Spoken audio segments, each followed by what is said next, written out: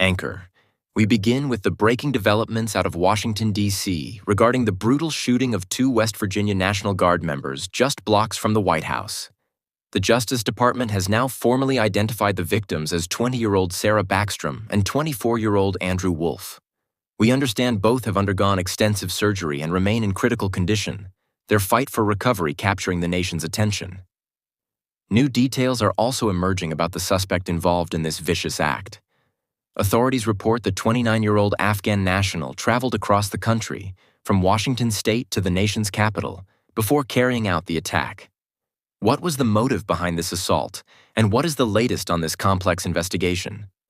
First, I want to go to CNN's Brian Todd, who is live at the shooting scene. Brian, you've been learning more about Brian Todd, live. Omar and Boris, we have important new information this afternoon on the mechanics of this attack. We will get to the chilling comments from U.S. Attorney General Jeanine Pirro in just a moment.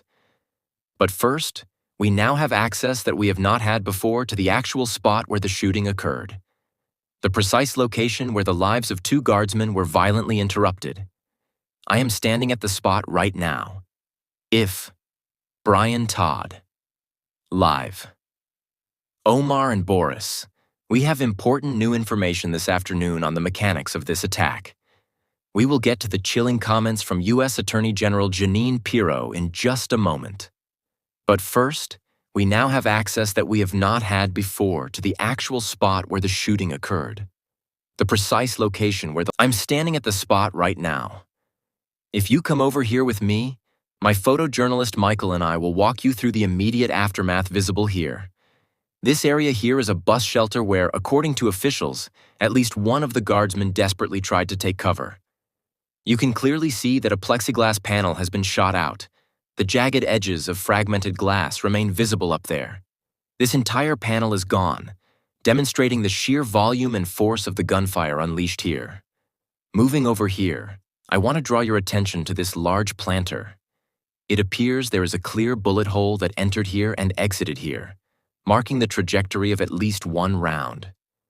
There is another planter right next to it, and a section of this concrete barrier has been completely removed. I'm going to walk over to show you that removed part of the planter. It looks like evidence that was carefully handled by authorities as they started to process the scene last evening. You can see additional bullet holes here, one clearly defined here and another here, all adding to the physical evidence of the attack's intensity. In the meantime, you can see a makeshift memorial that has sprung up almost immediately. People laying flowers, an American flag, and notes of condolence and support for the victims. This memorial speaks to the community's shock and solidarity in the wake of this brazen act of violence. In addition to the physical evidence, we have critical new information from Jeanine Pirro, the U.S. Attorney General for the District of Columbia. Earlier today, she spoke to us about the shocking sequence of gunshots, which underscores the brutality of the assault. Jeanine Pirro, recording. A lone gunman opened fire without provocation, ambush style, armed with a .357 Smith & Wesson revolver. One guardsman is struck, goes down, and then the shooter leans over and strikes the guardsman again. Another guardsman is struck several times. Both of those guardsmen are now in critical condition at a local hospital. We have made inquiries with the hospital to learn more about the specifics of their surgeries and their treatment progress, but the hospital has not provided an update yet. As Boris and Omar mentioned, they are identified as Sarah Backstrom, 20 years old, and Andrew Wolfe, 24 years old. Backstrom has been with the Guard since 2023, and Wolfe since 2019. The mention of them being sworn in yesterday was, we believe, not as new Guard members, but rather sworn in as deputies for the U.S. Marshals, a necessary task they perform about every month as part of their federal duties. This context highlights that they were performing an important security function when they were attacked. Guys, back to you. Anchor. Brian Todd live for us in Washington, D.C. We continue to hope for a positive update on those Guard members very soon.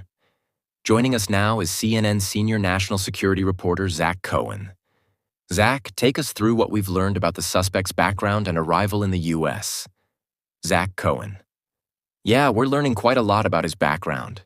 He is a 29-year-old Afghan national who came to the United States in 2021 as part of the massive evacuation program implemented by the Biden administration following the U.S. withdrawal from Afghanistan.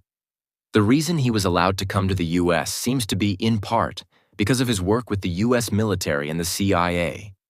Our understanding is that he served in an elite counterterrorism unit that worked directly with U.S. intelligence and military units in Afghanistan, including active combat against Taliban forces at the time. There were thousands of individuals who served in these vital roles who were evacuated when the Taliban began seizing power, and it appears this was the basis for his immigration into the United States. Of course, several layers of vetting and security checks took place after he got here. He was initially only temporarily allowed to enter, but his background with the CIA and the intelligence community does seem to be the foundational reason for his travel to the U.S. anchor. So what was that vetting process actually like? Because obviously there were a lot of Afghans coming over as part of that operation. Zach Cohen. By all accounts, it should have been very extensive and rigorous. We know that in that initial process, he would have been vetted by the U.S. government, including the CIA. And then once he was granted temporary asylum, as he applied for permanent status, he would have gone through a variety of different layers of vetting. What I believe the administration is talking about now is some type of advanced vetting. The other thing I wanted to mention is that when you interview these people and they go through the vetting process, you are looking backward, right? You're looking at their previous history, their ideology, and who they've been associated with. That simply cannot predict the future. And so, this is the difficult part that the administration finds itself in now. Anchor. Especially as we've seen so many cases of people being radicalized through a number of different means. If this, in fact, turns out to be terrorism, that leads me to the next question. How is it that officials accurately determine a motive here? Because you have the administration saying that this was terrorism, but the investigators themselves have to piece that evidence together. Donnell Harvin. In the absence of the surviving individual who is now under arrest, cooperating, and all reports say he's not cooperating, they can still piece together their background, who they communicated with. You and I have been on this topic many times. Invariably, many of these individuals who are radicalized and mobilized to violence have some type of breadcrumb trails. We call that leakage. They may have told someone, they may have intimated this online, spoken with someone, showing some type of signs. There are always some type of signs.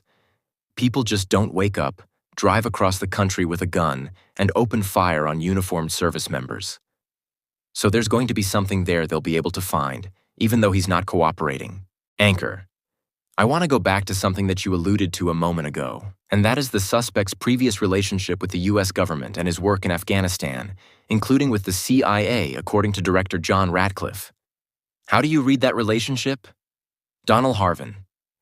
Everything I've read that's open source available says that he served honorably and was trusted at a very high level. You don't get attached to a secret, top-secret unit with the CIA and special operations if you haven't been vetted even before the evacuation. Right? So they trusted this individual, quite possibly with their lives, to make sure that they wouldn't leak any information to adversaries or leak information about what they were doing, their movements, or what they were looking for. And so, something drastic has had to happen over the last 3 years since he's gotten here, Boris. This is really, truly unprecedented. And in a year that the word unprecedented has been used an unprecedented amount of times, we need to just sit back and look at how bizarre this is, that someone would actually open fire on U.S. service members. I did some research before we came on. I haven't seen any incident of this in my lifetime, and I'm over 50 years old.